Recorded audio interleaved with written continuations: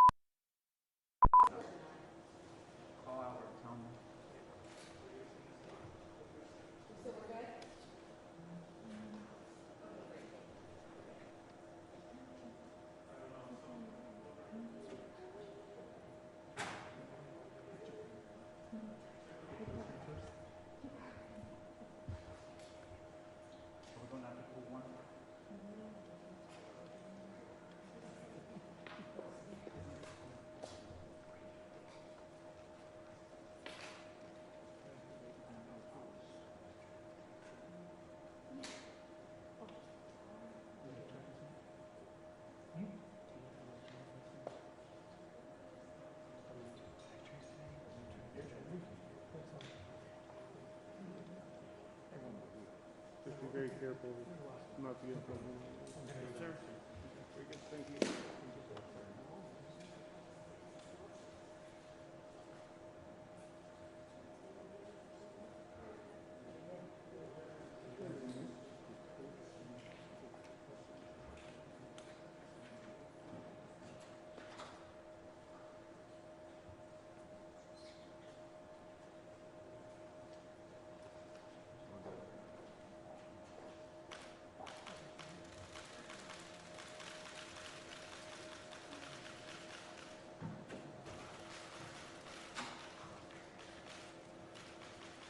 Good afternoon. Today I want to talk to you about COVID-19. Maybe the best way to start is, in a significant part of the country, you wouldn't have to take one of these off. You don't have to put one on. Like in my home state of Delaware, where I live in Newcastle County, where I was yesterday in Pennsylvania, because people got vaccinated. They got vaccinated. They don't need a mask when the vast majority of people got vaccinated. Look, I want to talk about what's really happening, what it means, what it doesn't mean, and what we need to do this week and the months ahead. From the moment I was elected, I said I'd always give it to you straight from the shoulder, and we need some straight talk right now, because there's a lot of fear and misinformation in the country, and we need to cut through it with facts, with science, with the truth. So, what's really happening today? After months and months of cases going down, we're seeing a spike in COVID cases. They're going up. Why? Because of this new form, this new variant called the Delta variant. This is a much different variant than the one we dealt with previously. It's highly transmissible, and it's causing a new wave of cases in those who are not vaccinated. Our experts tell me that cases will go up further before they start to come back down. But while cases are on the rise, we're not likely to see, according to experts, a comparable rise in hospitalizations or deaths in most areas of the country. So you have to ask yourself, why is that? Because 164 million Americans are fully vaccinated, including 80% of the most vulnerable, are seniors. So there's a challenge, as you knew there could be. But there's also good news. We've spent the last 6 months preparing for this possibility. The vaccines are highly effective. We have enough vaccine for everyone to get vaccinated. And thanks to the American Rescue Plan and the hard work of the American people, we've administered over 325 million vaccinations doses in the past 6 months. We have the tools to prevent this new wave of COVID from shutting down our businesses, our schools, our society, as we saw happen last year. I've said from the beginning that we will be guided by the science. So here's what the science tells us. On Tuesday, the Center for Disease Control and Prevention, the CDC, announced its new mask recommendation in parts of the country where COVID cases are substantially high, where people didn't get vaccinated, which they define as 50 new cases for every 100,000 people in a week. The CDC recommends you wear a mask when you're in public and indoors, like work or in a grocery store. That's true for both the vaccinated and the unvaccinated. Why? Because even if you've been fully vaccinated and protected from severe illness from COVID-19, you could have the Delta variant in your system and spread it to someone who isn't vaccinated. We need to wear a mask to protect each other and to stop the rapid spread of this virus as we work to get more people vaccinated. And I hope all Americans who live in areas with substantial or high case rates will follow the mask guidance that's being laid down by the CDC. I certainly will, and I have, because this is one of those areas in Washington. And at my decision, at my direction, all federal personnel and visitors to federal buildings will have to do the same thing. As I said from the beginning, a mask is not a political statement. It's about protecting yourself and protecting others. Masking is one defense against the spread of COVID-19.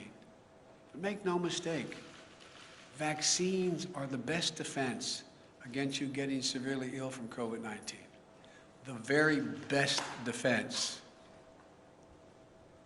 And you want to know how we put this virus behind us? Well, I'll tell you how. We need to get more people vaccinated. Look, and it's important to understand what vaccines do and what they don't do. Put simply, the vaccines are designed to save lives and prevent severe illness. They're highly effective at both.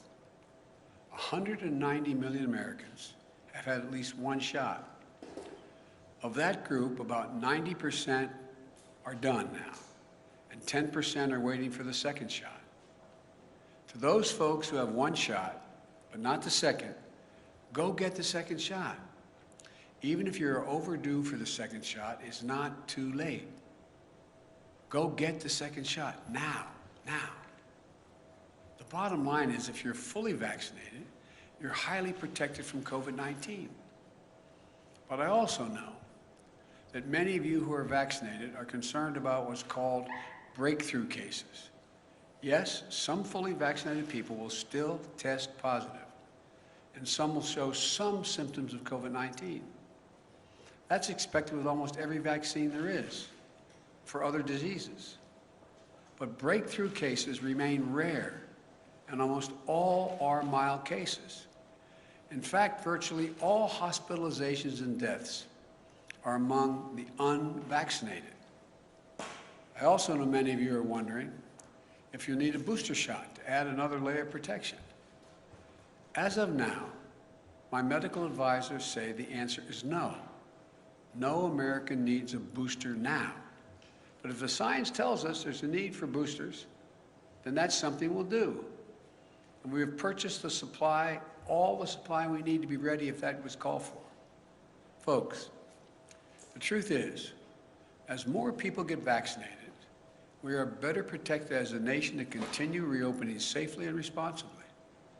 We are not fully out of the woods yet, because what is happening in America right now is a pandemic of the unvaccinated. Let me say that again. It's a pandemic of the unvaccinated. There are about 90 million Americans who are eligible to get the shot, but haven't gotten it yet. As I just mentioned, nearly all of the cases, hospitalizations, and deaths due to COVID-19 today are from unvaccinated people. Last month, a study showed that over 99% of COVID-19 deaths have been among the unvaccinated, 99%. This is American tragedy. People are dying and will die who don't have to die. If you're out there unvaccinated, you don't have to die. Read the news. You'll see stories about unvaccinated patients in hospitals. As they're lying in bed, dying from COVID-19, they're asking, "Doc, can I get the vaccine?" The doctors have to say, "Sorry, it's too late." Right now, too many people are dying. We're watching someone they love dying and saying, "If I just got vaccinated, if I just." It's heartbreaking. And it's complicated even more because it's preventable. America's divided between the majority of eligible people who are vaccinated and those who are not. And I understand that many of you in the majority are frustrated with the consequences of the failure of the minority to get vaccinated. But I want you to know that I'm going to continue to do everything I can to encourage the unvaccinated to get vaccinated.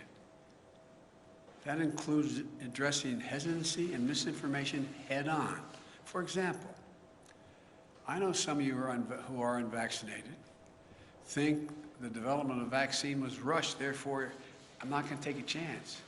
As a result, I think it's not safe because it was rushed. I understand. But let me explain. Our top scientists, the National Institute of Health, the NIH, and across the country, got to work applying decades of research. Decades of research. I'm going to repeat that. Decades that had already been done, the research, to develop the COVID-19 vaccine when it hit. In the last 6 months, more than 325 million doses of the vaccine have been administered in the United States, and billions of doses administered around the world. The vaccine was developed and authorized under a Republican administration, and it's been distributed and administered under a Democratic administration. The vaccines are safe, highly effective. There's nothing political about them. Look at all the people who took a shot at it. Later we learned a lot of them had already been vaccinated. From the start, I have to compliment Republican Senate Minority Leader Mitch McConnell. He hadn't made it political. He's encouraged people to get vaccinated and continuing to do so, and his state's in pretty good shape. Alabama Republican Governor Kay Ivey recently spoke out to encourage vaccination, and even the commentators on facts who have been belittling this for a long time, some haven't, but many have, are arguing get vaccinated. Look, this is not about red states and blue states. It's literally about life and death. It's about life and death. That's what it's about. You know, and I know people talk about freedom, but I learned growing up in school and my parents, with freedom comes responsibility. Your decision to be unvaccinated impacts someone else.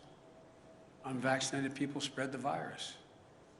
They get sick and fill up our hospitals. And that means if someone else has a heart attack or breaks a hip, there may not be a hospital bed for them. If you're unvaccinated, you put your doctor and nurses at risk. The same frontline essential workers who put their lives on the line over the past year and have gone through hell. Again, with freedom comes responsibility. So please, exercise responsible judgment. Get vaccinated for yourself, for the people you love, for your country. I'm being literal when I say this. As I travel the world almost every day, a foreign leader calls me, asking, can I provide his or her country more vaccines? There are people who are desperate for vaccines. I'm doing everything to answer those calls. We're sending millions of vaccines to people around the world. But folks, It's an American blessing that we have vaccines for each and every American. We've made it our first and top priority to have available vaccines for every eligible American, and that's never going to change as long as I'm here. And it's a shame. It's just such a shame to squander that blessing. That's why after 6 months of extraordinary work and effort, today I'm laying out additional steps we should be taking to deliver these life-saving vaccines to more Americans. First, we're going to provide more incentives to encourage unvaccinated Americans to get vaccinated. That starts with paid leave to get the shot. We're still hearing that people are unable to get time off from their employer to get vaccinated. Well, this is unacceptable. For some time now, I've said you should be able to get the shot and still get paid. Thanks to the American Rescue Plan, the federal government is fully reimbursing any small or medium-sized business that provides workers with paid time off to get vaccinated. Employers, this costs you nothing. If you haven't given employees paid time off, do it now, please. Today, I'm announcing that we're taking this a step further. The federal government will now reimburse those employers to give their staffs time off, not only to get themselves vaccinated, but also to get their family members vaccinated.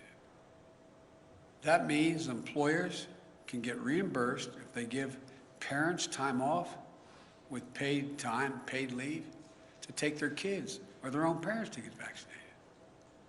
So I'm calling on all employees across the country to give paid time off to get the shot or to help a family member do so.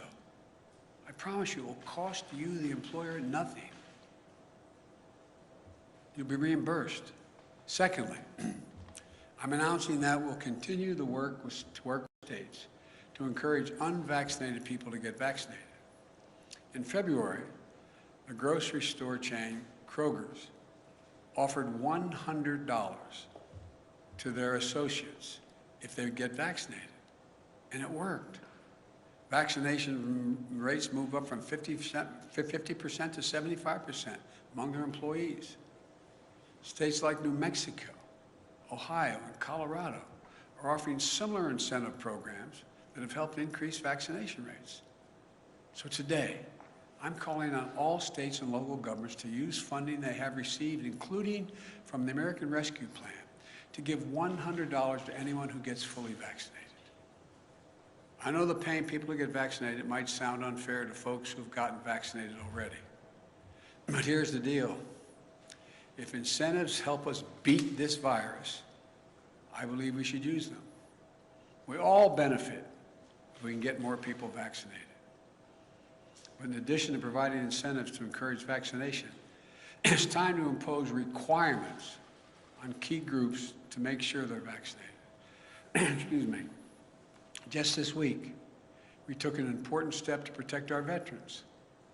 Like many civilian hospital systems are doing, the Department of Veterans Affairs will now require COVID-19 vaccines for doctors and nurses and other healthcare workers who provide medical care for our veterans.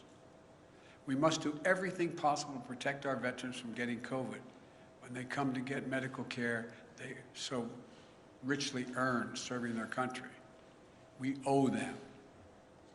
Next, since many vaccinations are required for active duty military today, I'm asking the Defense Department to look into how and when they will add COVID-19 to the list of vaccinations our armed forces must get. Our men and women in uniform who protect this country from grave threats should be protected as much as possible from getting COVID-19. I think this is particularly important because our troops serve in places throughout the world, many where vaccination rates are low and disease is prevalent. Next, every federal government employee will be asked to attest to their vaccination status. Anyone who does not attest or is not vaccinated will be required to mask no matter where they work, test 1 or 2 times a week to see if they've acquired COVID, socially distance, and generally will not be allowed to travel for work. Likewise, today, I'm directing my administration to take steps to apply similar standards to all federal contractors. If you want to do business with the federal government, get your workers vaccinated. Look at the Chamber of Commerce, representing tens of thousands of American businesses, the National Association of Manufacturers. The Business Roundtable, which comprises of the largest and biggest corporations in America.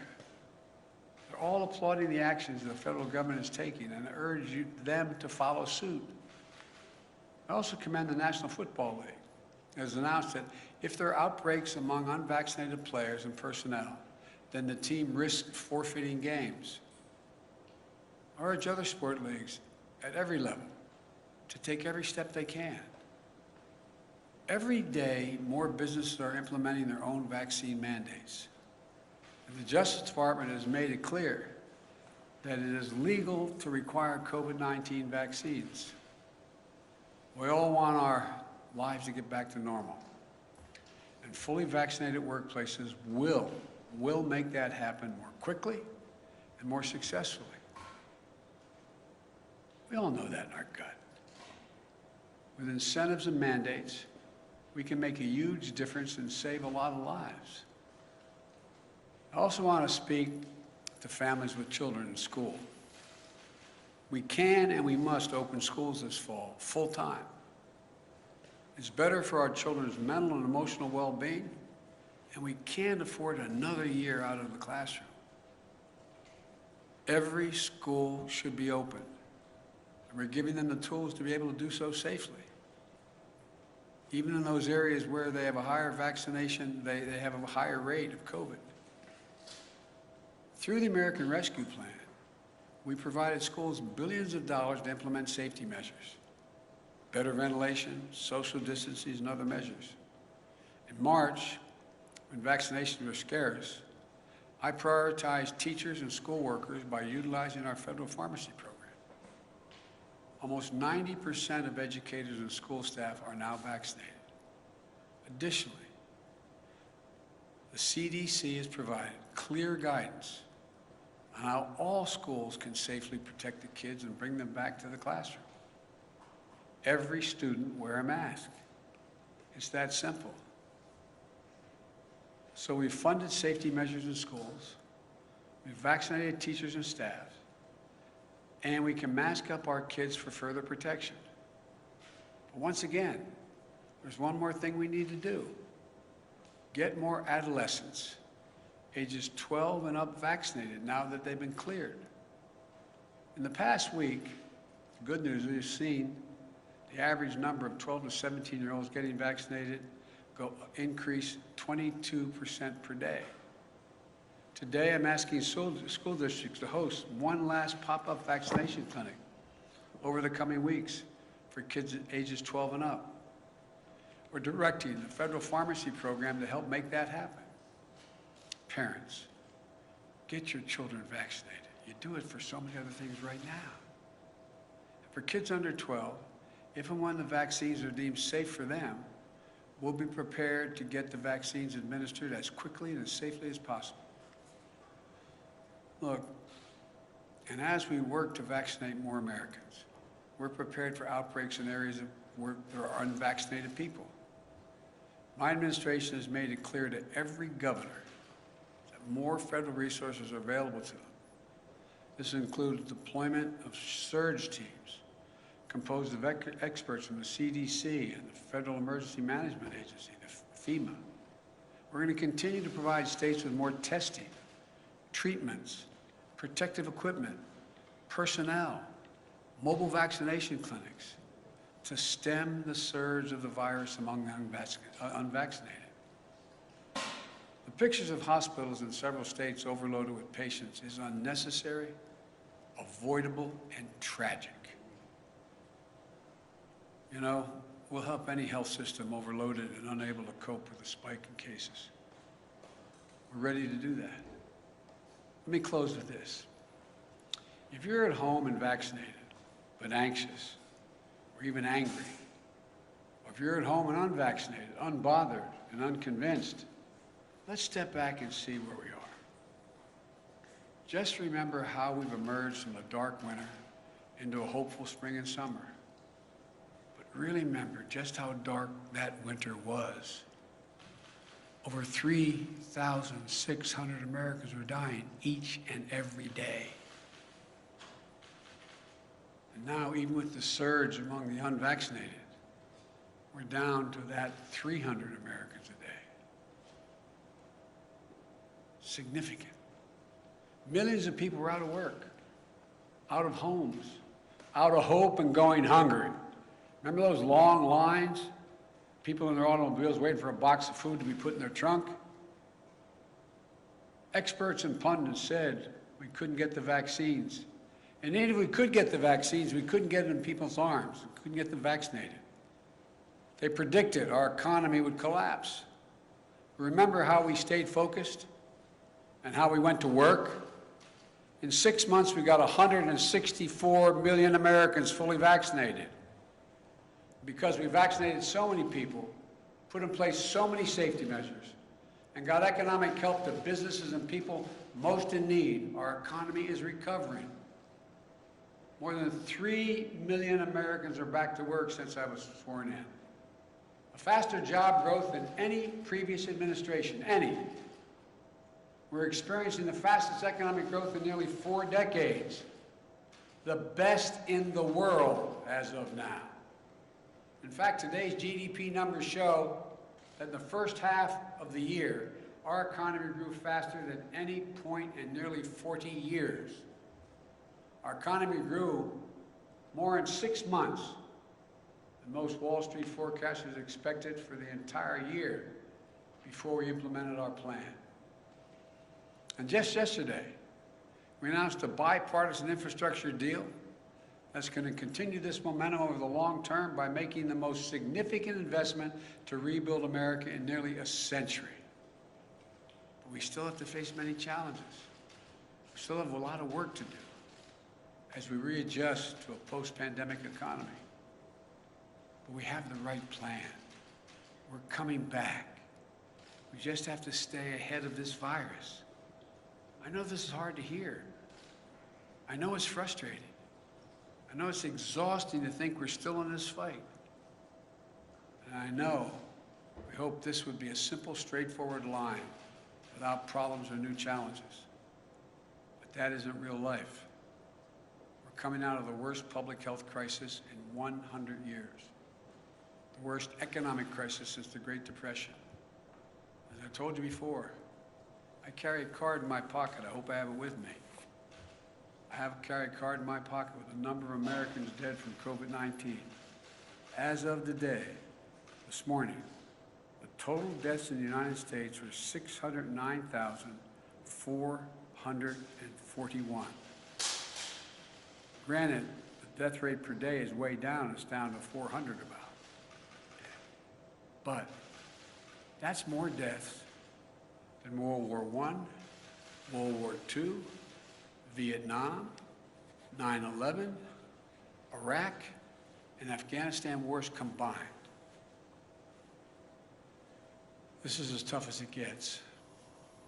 And we're Americans. When we get knocked down, we get back up. That's who we are. That's what we do. That's why there's no nation on earth like us. And we're prepared like never before. We have the tools to save lives, to keep our economy growing and growing and going. After the past 6 months, following the science, we know we can dramatically lower the cases in this country. We can do this.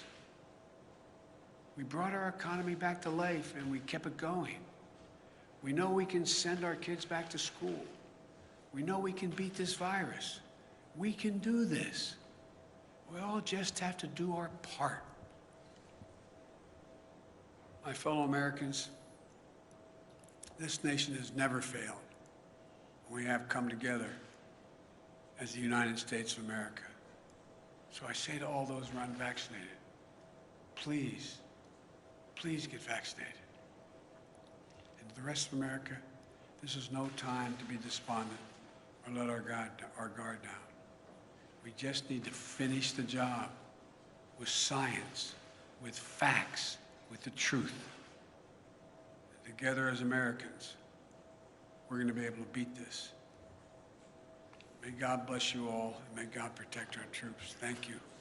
Mr. President, Mr. President, Why do Mr. vaccinated President, people still need Mr. to mask President. up? Mr. President. How long do you think it might be necessary to wear a mask, and at what point do you think people might have to have a booster shot? Thank you.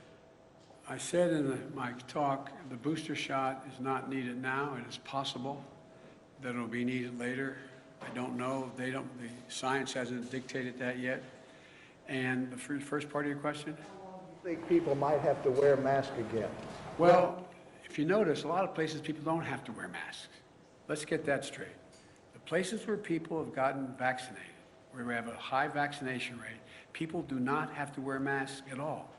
Like some of you were with me yesterday when I was up in Lehigh Valley. Didn't have to wear a mask there.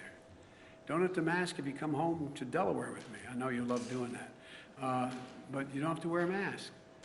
The places people are probably going to have to wear masks in those communities where the high rate of unvaccinated stays high and they don't move. They don't move to getting vaccinated. But I think you're going to find the patience of businesses and the patience of a lot of other people running thin. Because the fact is, if you had high vaccination rates, we wouldn't be in this spot right now. Yes, sir. Mr. President. Mr. President, will this set up an American workplace for federal workers and private sector that really is the vaccinated versus the unvaccinated? And is that a pressure you're trying to harness now? Well, no, I'm not. Look, what I'm trying to do is keep people safe. I mean that sincerely. So, if in fact you're unvaccinated, you present a problem to yourself, to your family, and to those with whom you work. Because as pointed out, I was asked the question about why would people who have already been vaccinated get it? Well, you got anywhere from 2 to 3% on average, the last study done, that can still get COVID. They don't get very sick, they don't get hospitalized, it's not serious, but they can catch it. And the concern is they may be able to pass it on. And so that's all being studied right now. But it's the important thing is, if people are vaccinated, the transmission rate drops through the floor. And that's all we're trying to do. Yes. Mr. President, thank you. Why not push for vaccine mandates in states, private companies, schools? Do you want to see those entities pass vaccine mandates? Well, I'd like to see them continue to move in that direction. And that's why I pointed out. I had asked the Justice Department to determine whether they're able to do that legally. And they can. Local communities can do that. Local businesses can do that. It's still a question whether the federal government can mandate the whole country. I don't know that yet. Mr. President, you said earlier this week that we are not headed back towards lockdowns. But if the science is evolving, how can you be so confident in that? We heard you say weeks ago that the virus was on the run, but Dr. Fauci has also indicated that we are headed in the wrong direction. Well, you know, you're literally correct on everything you said, but it doesn't come to the conclusion you're implying. It is clear that if everybody's vaccinated, the existing vaccines work to prevent death, serious illness, hospitalization. Okay? If tomorrow I could wave a wand and every American was vaccinated, then in fact, we'd be out of the woods. Now, can something else happen a year from now? Can there be a different virus? Can there be something? It's possible. But I'm talking about COVID and the existing variants that have come forward so far. So it's a simple proposition. If you're vaccinated, you find yourself in a situation where you are highly unlikely, even if you somehow get the virus, very small percentage do, that you are not going to be hospitalized, you're not going to be on a ventilator, you're not going to be sick, but you could be in a position to possibly spread it to someone who wasn't if you have it in you. Yes. Thank you so much, Mr. President. Thank you. I wanted to ask, why not require that the people show proof that they're vaccinated? And also, if you could just, with the 4 million, how much of an impact do you think this will have? Do you have a projection, sir? The projection on what? On how many people will get vaccinated by putting in this system? No, I'm not going to get in the business of projecting. Exactly how many people are likely. All I know is that we go through these periods, then we run up against a wall, then something happens where people realize, oh my Lord, this is really a problem, and they begin to see things. Look, the fact that a lot of your friends are now saying, get vaccinated, who were before were saying, this is not a problem, this is all a democratic thing, with a small d and a capital D. I mean, there's a lot changing. People are becoming aware. The more aware they become, then we have these surges of people going out and getting vaccinated. And it just keeps building.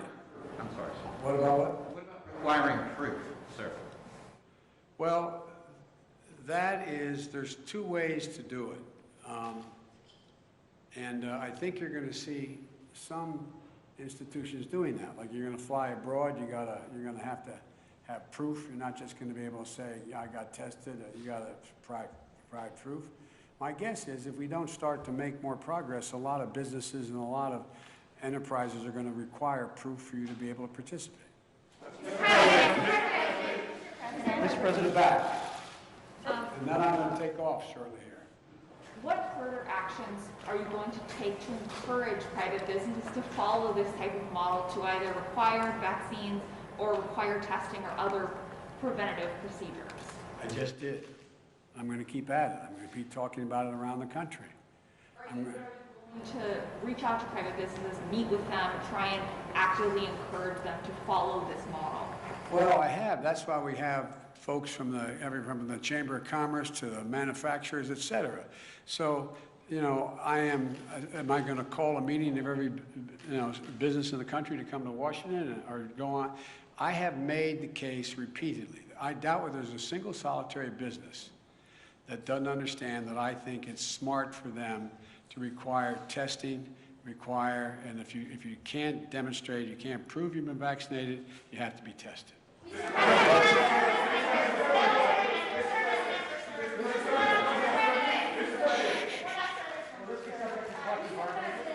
Secretary Austin said he was already considering mandating the Yeah. vaccine after it was fully approved. Would you like to see the mandate go into effect before full approval, and do you think he's open to that? I know he's open to it, and the question is, when is the right time to get the most bang for the buck when you do it? A lot of this is timing, and so I think it's going to happen. But look, the one thing that you all are being politely and appropriately referencing is that it's still a temporary approval. So when does the final approval come? It usually takes a lot of work to get there. I made a commitment.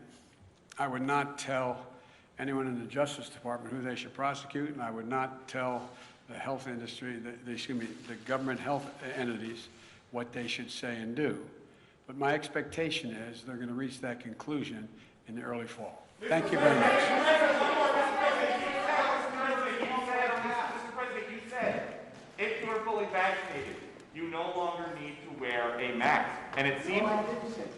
I have said if you're fully vaccinated in an area where we do not have, well, let me clarify. In May, you made it sound like a vaccine was the ticket to losing the mask forever. And That is true at the time, because I thought there were people who were going to understand that getting vaccinated made a gigantic difference. And what happened was, a new variant came along, they didn't get vaccinated, it was spread more rapidly, and more people were getting sick. That's the difference. But people, sir. How is the First Lady, sir? We're going to find out in a minute. That's why I'm